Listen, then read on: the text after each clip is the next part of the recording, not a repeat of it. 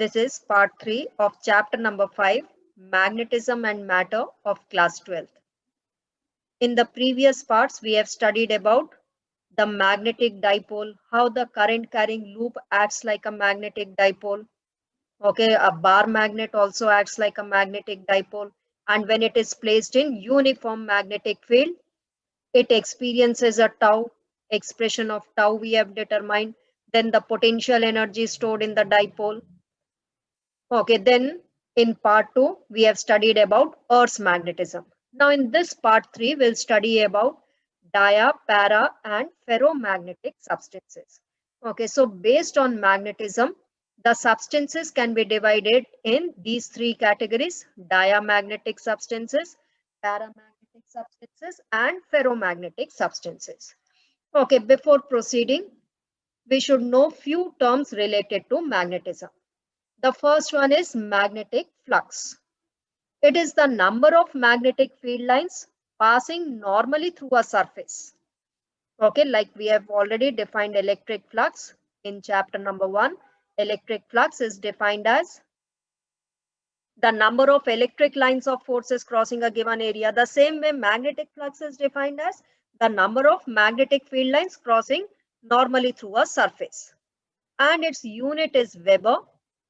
And the dimensions could be determined m L raised to the power 2, T raised to the power minus 2 and A raised to the power minus 1.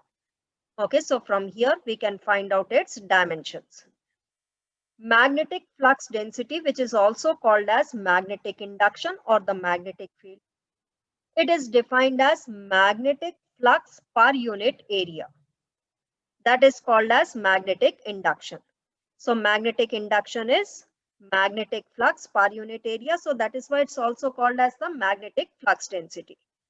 Okay, also we can define the magnetic field by this expression. We know that any charge particle moving in the magnetic field experiences a force which is given by F is equal to QVB sin theta.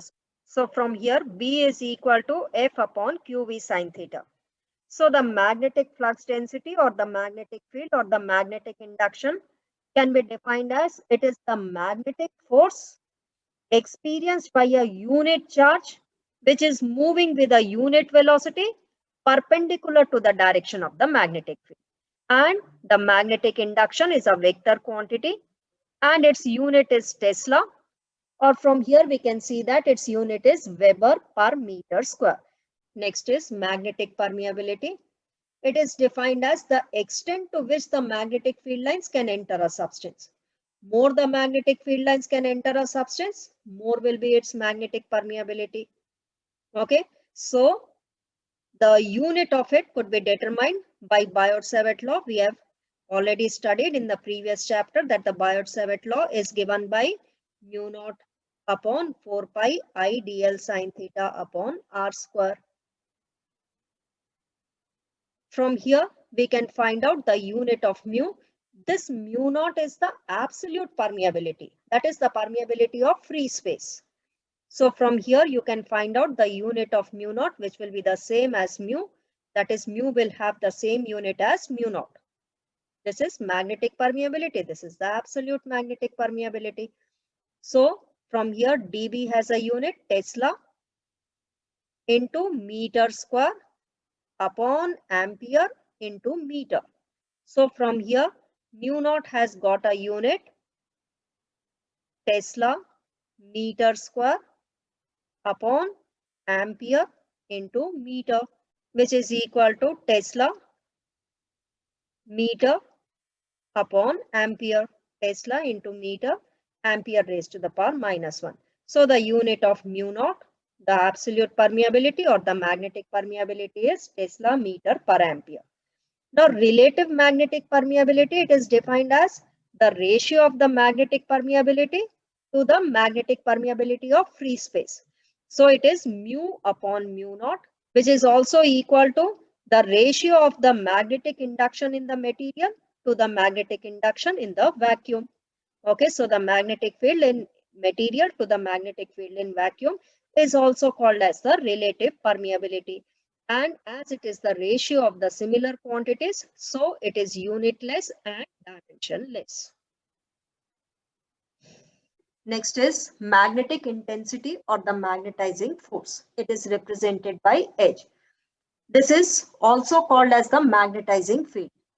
Any magnetic material, when it is placed in some magnetic field, magnetism is produced in that substance. Okay, this magnetism we call it as the induced magnetism. So the extent to which the magnetizing field can magnetize a substance is called as the intensity of the magnetizing field.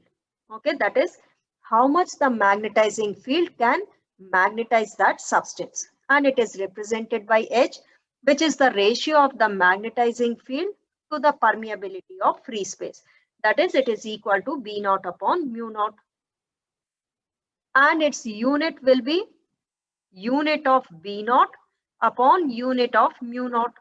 Unit of B naught, that is the magnetizing field in vacuum, is Tesla, and the unit of mu naught we have just found out is Tesla meter per ampere. So the unit of the magnetizing field is ampere per meter. Now the next is intensity of magnetization.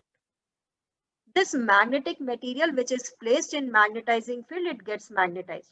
Now the extent to which a substance is magnetized when it is placed in magnetizing field is called as intensity of magnetization. Okay, magnetizing field is the extent to which the field can magnetize a substance. And intensity of magnetization is the extent to which the substance is magnetized when it is placed in magnetizing field. Intensity of magnetization is the ratio of the magnetic moment per unit volume. Now for a bar magnet, the magnetic moment is pole strength into the dipole length. Let the pole strength is small m into 2L, which is the dipole length. So the magnetic moment is pole strength into the dipole length, and the volume of the bar magnet will be its area into the length. The dipole length is 2L.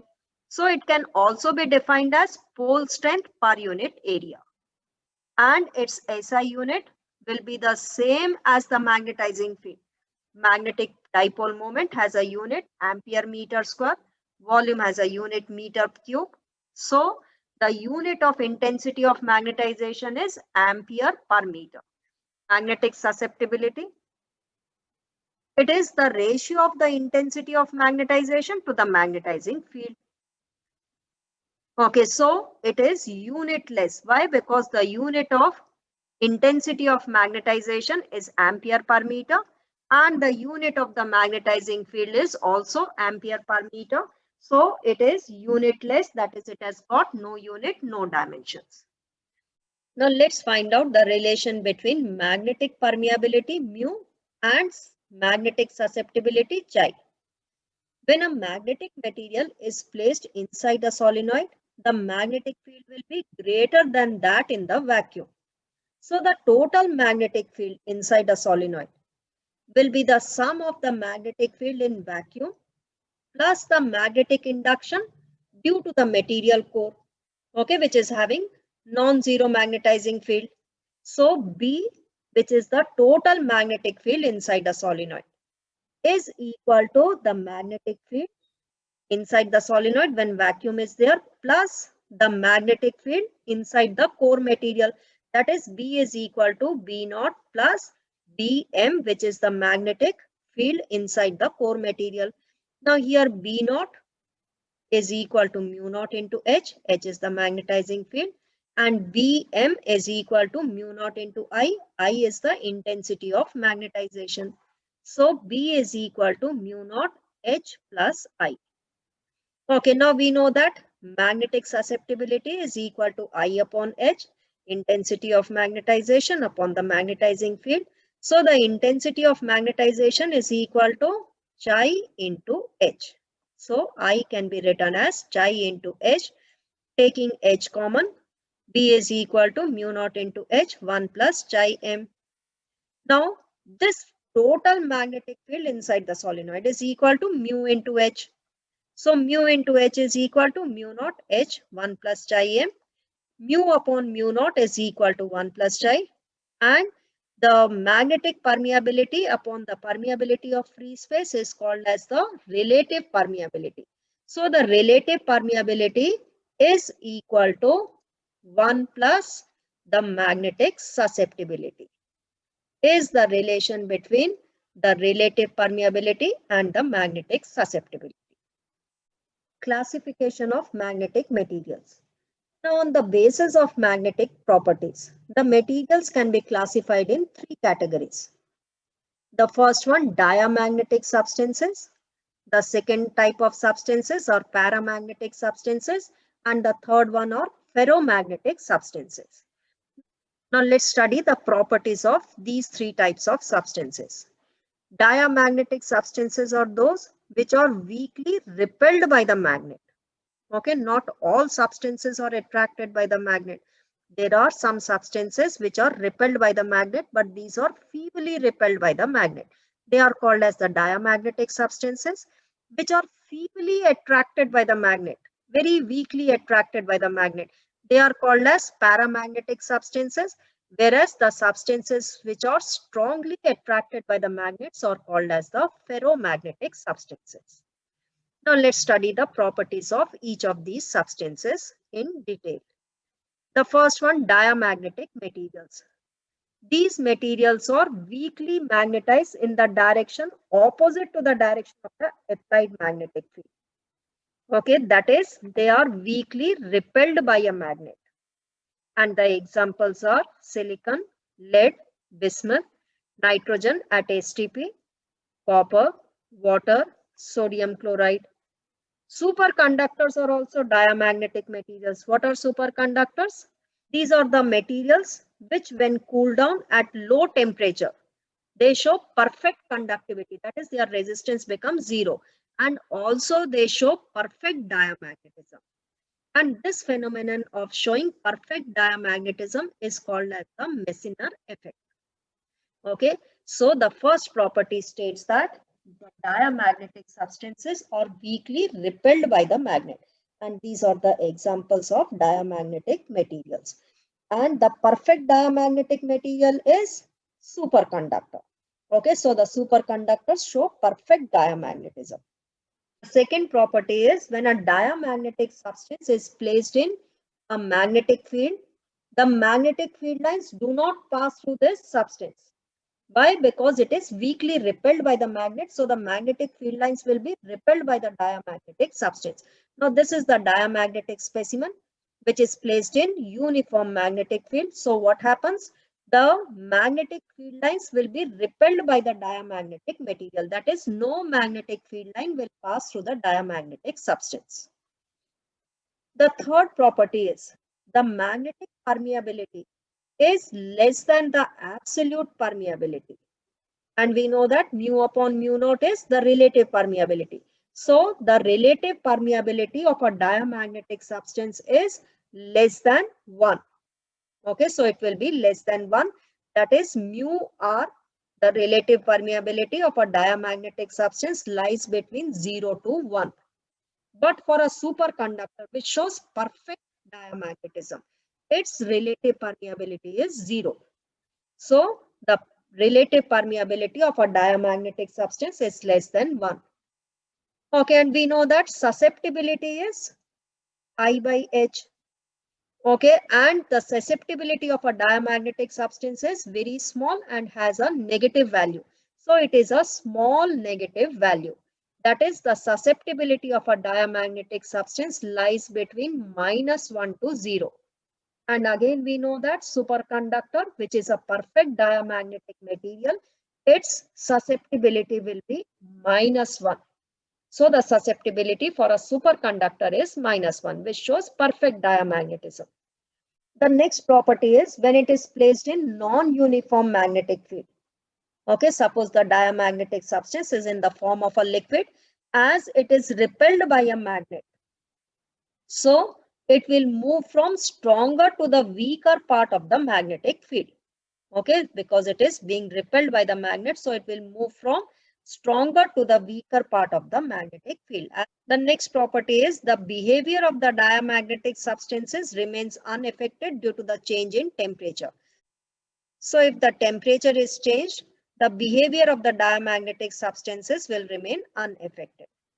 Now the next property of the diamagnetic substance is, in the atoms of the diamagnetic material, the electrons are always in pairs, one of them revolving clockwise and the other revolving anti-clockwise around the nucleus. So the net magnetic moment of this atom is zero. But when such an atom is placed in magnetic field, the electron which is having the orbital angular magnetic moment in the same direction will slow down, and the one which is in the opposite direction will speed up. So that is why the atom develops a net magnetic moment in the opposite direction of the applied magnetic field. That is, it is weakly magnetized in the opposite direction of the magnetic field. That is, it is weakly repelled by the magnet. So here the electrons are in the pairs, one revolving clockwise and the other revolving anti-clockwise. So the net magnetic moment is zero. But when the atom of a diamagnetic material is placed in the magnetic field, the electron which is having an orbital angular magnetic moment in the same direction will be slowed down, and the one which is having in the opposite direction will speed up. So that is why the atom develops a net magnetic moment in the opposite direction to the applied magnetic field. That is, it is weakly repelled by the magnet. Now let's study the properties of paramagnetic substances. For diamagnetic materials, we have studied 7 properties. So here also we'll study 7 properties and we'll see the differences between the dia and the paramagnetic substances. The first property of paramagnetic material is, these materials are weakly magnetized in the direction of the applied magnetic field. That is, they are weakly attracted by a magnet. And the examples are aluminium, sodium, calcium, copper chloride, oxygen at STP. Okay, whereas the first property of the diamagnetic material was, they are weakly repelled by a magnet. Okay, and paramagnetic substances are weakly attracted by a magnet. Second property is, when a paramagnetic material is placed in magnetic field line, few magnetic field lines will prefer to pass through this specimen. Okay, so we have placed a paramagnetic material in the magnetic field. Few magnetic field lines will pass through the specimen. Why? Because it is weakly attracted by the magnet, so it will attract few magnetic field lines. Whereas the second property of the diamagnetic material was, no magnetic field line passes through the diamagnetic specimen. Why? Because it is repelling the magnetic field lines. Now here it is weakly attracting few magnetic field lines, so few lines will pass through the specimen. The third property is, the permeability of a paramagnetic material is greater than the absolute permeability. So the relative permeability mu upon mu naught will be slightly greater than 1. That is, the relative permeability of a paramagnetic material lies between 1 to 1 plus epsilon. What is this epsilon here? Epsilon is a small positive number. So its value is lying between 1 to 1 plus epsilon. So, or we can say that the relative permeability of a paramagnetic material is slightly greater than 1. Whereas the third property of diamagnetic material was, its relative permeability is slightly less than 1. Okay, and for a paramagnetic material, its relative permeability is slightly greater than 1. The fourth property of paramagnetic material is, the susceptibility of a paramagnetic substance has a small positive value. That is, its susceptibility is lying between 0 to epsilon, where epsilon is a small positive number. So its susceptibility is small positive number. Whereas for a diamagnetic substance, its susceptibility is small negative value. The susceptibility of a diamagnetic material is a small negative value, whereas the susceptibility of a paramagnetic substance is a small positive value. The fifth property is, when placed in non-uniform magnetic field. If the paramagnetic substance is in the form of a liquid, it will move from weaker to the stronger part. As the paramagnetic substance is attracted by the magnet, so it will move from weaker to the stronger part. Whereas If a diamagnetic liquid is placed in non-uniform magnetic field, it will move from stronger to the weaker path. The next property for a paramagnetic substance is they obey Curie's law. Now, what is Curie's law? It states that the magnetic susceptibility of a paramagnetic material is inversely proportional to its absolute temperature. That is, chi is inversely proportional to absolute temperature. That is, due to the rise in temperature, the paramagnetic substances tend to lose their magnetism. Magnetic material, we have studied that there is no effect on the diamagnetism due to the change in temperature. But for a paramagnetic substance, the temperature affects the magnetism of a paramagnetic material. And how it affects?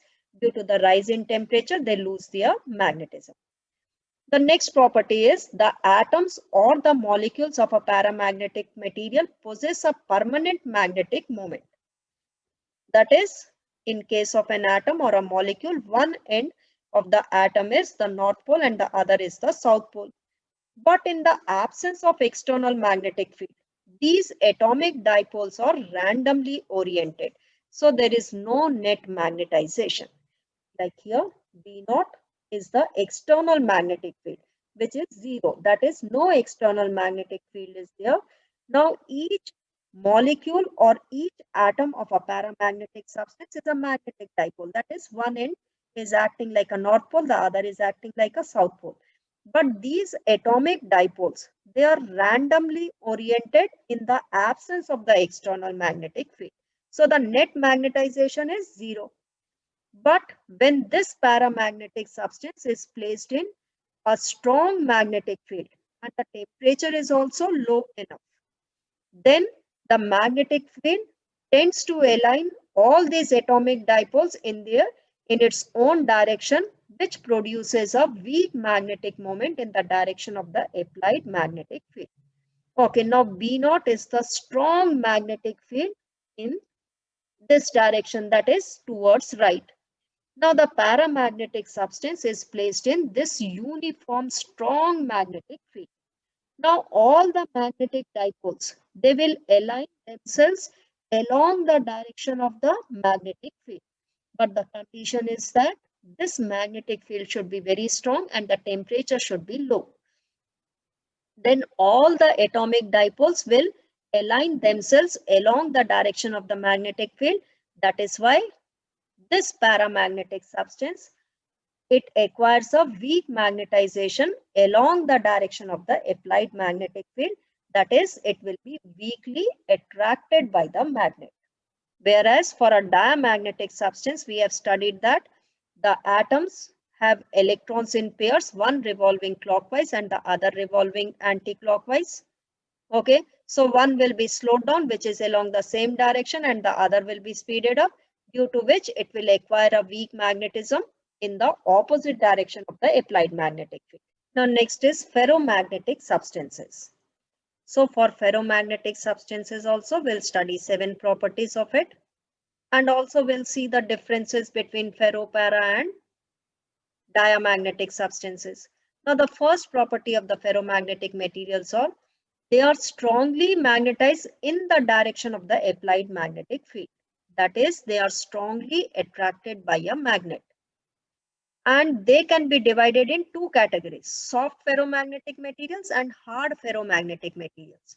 Soft ferromagnetic materials are those in which the magnetization disappears on the removal of the external magnetizing field. For example, like soft iron. Whereas hard ferromagnetic materials are those in which the material retains the magnetization even after the removal of the external magnetizing field.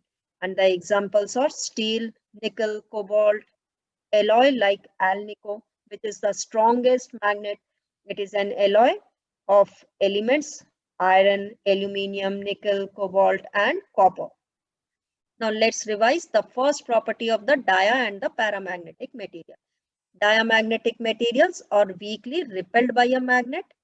Paramagnetic materials are weakly attracted by a magnet, whereas the ferromagnetic materials are strongly attracted by a magnet. Second property is when a ferromagnetic material is placed in magnetic field, a large number of magnetic field lines will pass through the specimen. Why? Because this ferromagnetic material is strongly attracting all the magnetic field lines. So a large number of magnetic field lines will pass through the ferromagnetic specimen. The second property of the diamagnetic material was when a diamagnetic material is placed in magnetic field, no magnetic field line will pass through the specimen. Whereas when a paramagnetic material is placed in magnetic field, few magnetic field lines pass through the specimen. The third property of the ferromagnetic material is the permeability of a ferromagnetic material is much greater than the absolute permeability. So the relative permeability, which is mu upon mu naught, is much greater than 1. That is, it is of the order of thousands. For a diamagnetic material, we have studied that its relative permeability is less than 1. Whereas for paramagnetic material, its relative permeability is slightly greater than 1. The fourth property of ferromagnetic material is susceptibility of the ferromagnetic material has a large positive value. That is, chi is much greater than 1. For diamagnetic materials, the susceptibility is small negative value. Whereas for a paramagnetic substance, its susceptibility is small positive value. Whereas for a ferromagnetic material, its susceptibility is large positive value. The fifth property is when placed in non-uniform magnetic field, it quickly moves from the weaker to the stronger part of the field. Why? Because it is strongly attracted by the magnet, so it will quickly move from weaker to the stronger part. When a diamagnetic material is placed in non-uniform magnetic field, it will move from stronger to the weaker part. When a paramagnetic substance is placed in non-uniform magnetic field, it will slowly move from the weaker to the stronger part. Whereas a ferromagnetic substance will quickly move from the weaker to the stronger part of the magnetic field. The sixth property is these substances also obey Curie's law, that is the ferromagnetism decreases with the rise in temperature. Okay, so the magnetism is decreasing with the rise in temperature. At a critical temperature, which is called as the Curie temperature, the ferromagnetic substance becomes a paramagnetic substance. Like for example, iron, it will become a paramagnetic material at 1000 Kelvin. Cobalt, 1375 Kelvin, and the Curie temperature for nickel is 625 Kelvin. So the magnetism of a ferromagnetic material also decreases with the rise in temperature. Now let's revise the sixth property of the diamagnetic material. The magnetism of a diamagnetic material is unaffected by the change in temperature, whereas a paramagnetic substance loses its magnetism with the rise in temperature. The same way, the ferromagnetic substance also loses its magnetism with the rise in temperature, and at Curie temperature, it gets converted into paramagnetic substance. The next property of ferromagnetic material is domain theory of ferromagnetism. Domain is a small region formed by a large number of atoms, approximately 10 raised to the power 11 atoms of a ferromagnetic substance. Atoms of a ferromagnetic substance behave as a tiny magnetic dipoles having a net magnetic dipole moment. Each domain behaves as a magnet and having a net dipole moment. But when there is no external magnetic field, the magnetic moments of the domains are oriented in different directions, such that the net magnetic moment of the substance is zero. On applying magnetic field, the magnetic moments of domains align in the direction of the applied magnetic field and strongly magnetize the substance. Now, according to domain theory, the ferromagnetic substance can be divided in small regions. Each region is having a large number of atoms, approximately 10 raised to the power 11 atoms. Okay, so these regions are called as the domains, which are having a large number of atoms. and each atom is like a tiny magnetic dipole. That is, one end of the atom is a north pole and the other end is a south pole. So it is having some dipole moment. Now in the domain, a large number of atoms are there and all these atoms have the dipole moment in the same direction. So each domain is like a magnet. So here each domain is like a magnet, behaving like a magnet. But in the absence of external magnetic field, B naught is 0. That is, no external magnetic field is there. The magnetic dipole moments of these magnets are randomly oriented. So the net dipole moment is equal to 0 because all these are randomly oriented. So the net magnetic moment of the whole ferromagnetic substance is 0 in the absence of external magnetic field. But when a magnetic field B naught is applied along this direction, all the domains will align themselves in the same direction of the applied magnetic field.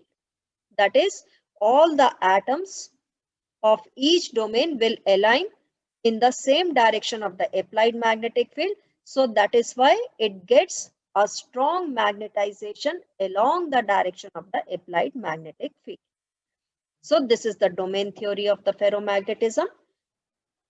Next is Curie's law, which states that for a paramagnetic substance, its magnetic susceptibility is inversely proportional to absolute temperature. So Curie found that the intensity of magnetization is directly proportional to the magnetic intensity, or we may say that it is directly proportional to the magnetizing field. Also, the intensity of magnetization is inversely proportional to the absolute temperature. Combining these two, I, the intensity of magnetization, is proportional to H upon T. So I upon H is equal to some constant C upon T, where this C is called as the Curie's constant. Okay, and we know that I upon H is the susceptibility. So susceptibility is equal to C upon T. C is the Curie's constant. Hence, susceptibility of a paramagnetic substance is inversely proportional to the absolute temperature, which is the Curie's law. Curie's law is susceptibility of a paramagnetic substance is inversely proportional to absolute temperature. Susceptibility is I upon H, which is inversely proportional to absolute temperature. So from here, I is proportional to H upon T. So if we plot a graph between I and H by T, it should be a straight line having some slope. Initially it shows, but then it gets saturated. So the line becomes parallel to the x-axis. Along x-axis, we have taken H by T. Now let's study about hysteresis. A ferromagnetic material is placed in changing magnetizing field. Okay, so some magnetism is produced, or the intensity of magnetization produced in the specimen is represented by I, and the changing magnetizing field is represented by H, and a graph is plotted between H and I. Okay, so H is the magnetizing field, and the ferromagnetic material which is placed in the magnetizing field gets magnetized, which is represented by I. So by changing H, the intensity of magnetization in the specimen also changes. To start with, let the ferromagnetic material is placed in a solenoid. As we increase the current or decrease the current in the solenoid, the magnetic field inside the solenoid changes. That is, the magnetizing field inside the solenoid changes. And the ferromagnetic material which is placed inside the solenoid, it will get magnetized. And the magnetization also changes in the substance as we change the magnetizing field. To start with, let the specimen is unmagnetized. That is, the current in the solenoid is 0. That is, there is no magnetic field, no magnetizing field inside the solenoid. And so the specimen is also unmagnetized. So the specimen is unmagnetized. Now we increase the current in the solenoid so that the magnetizing field inside the solenoid increases, and the intensity of magnetization in the specimen also increases according to this curve OA. A is the saturation point On further increasing the current, that is on further increasing the magnetizing field, the intensity of the magnetization in the specimen does not increase, it becomes saturated. So A point is the saturated point. Now we decrease the current, that is decrease the magnetizing field inside the solenoid. So the intensity of magnetization in the specimen also decreases, but it does not retrace its curve along AO. Okay, it comes back along the curve AB. Now here we see that on reducing the magnetizing field to zero, the intensity of magnetization in the specimen does not become zero. So here OB is the called as the residual magnetism or retentivity. That is, on reducing the magnetizing field to zero, some magnetism remains in the specimen, which is OB, and is called as the retentivity or the residual magnetism. Now, in order to bring this residual magnetism to zero, we have to apply a reverse magnetizing field. So, OC is the reverse magnetizing field to bring the residual magnetism to zero. That is, we increase the current in the reverse direction. So, OC is the reverse magnetizing field to bring the residual magnetism to zero. So, here this OC is called as the coercivity. Okay, on further increasing the current through the solenoid, that is on further increasing the magnetizing field in the reverse direction, the intensity of magnetization in the specimen also increases in the reverse direction, and a point D is obtained, which is called as the saturation point. Now further decreasing the magnetizing field, OE is the residual magnetism which remains in the specimen, which is called as the retentivity. In order to bring this retentivity to zero, OF is the reverse magnetizing field. On further increasing the magnetizing field, we reach back to the point A, that is a loop is obtained A, B, C, D, E, F, A. This loop is called as the hysteresis loop, and hysteresis is the lagging of I behind H is called as the hysteresis. So retentivity is the intensity of the magnetization which remains in the material when the magnetizing field is reduced to zero, which is called as the residual magnetisms or remanence. Coercivity is the reverse magnetizing field to bring the residual magnetism to zero. That is called as the coercivity. So this phenomenon of lagging of I or B behind H when a specimen is placed in the magnetizing field, this is called as hysteresis. Okay, and a loop is formed. The area of the loop gives the loss of energy per unit volume, and this loss of energy is dissipated in the form of heat and is called as the hysteresis law. Permanent magnets. The material for making permanent magnets should have the following characteristics. The first one, it should have high retentivity so that it produces a strong magnetic field. Also, it should have a high coercivity so that its magnetization is not destroyed by the stray magnetic fields or temperature variations or by mechanical damage. So in spite of low retentivity, steel is preferred to make permanent magnets because its coercivity is large.